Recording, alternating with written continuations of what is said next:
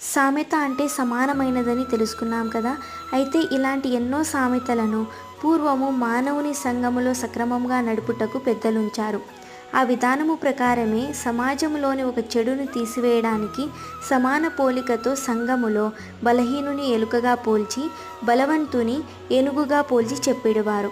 బలవంతుడు బలహీనునిపై పెత్తనము చెలాయించి పీడించడమును ఎలుకపై ఏనుగు స్వారీ చేసినట్లు అని సామెత అనేవారు. ఇది సంఘ విద్రోహ చర్య కాబట్టి ఇది మంచిది కాదని అందరికీ తెలియనట్లు నోటితో చెప్పడమే కాకుండా దృశ్యరూపముగా, కంటికి కనిపించేది కార్యరూపముగా చూపించేవారు. ఒక చిన్న ఎలుకను ఉంచి దాని మీద పెద్ద ఏనుగును ఆసీనమైనట్లు చేసి అది అందరికీ తెలియనట్లు ఊరంతా ఊరేగించి చివరకు ఈ పద్ధతి మంచిది కాదన్నట్లు ఆ దృశ్యమును నీటిలో నాశనము చేసేవారు.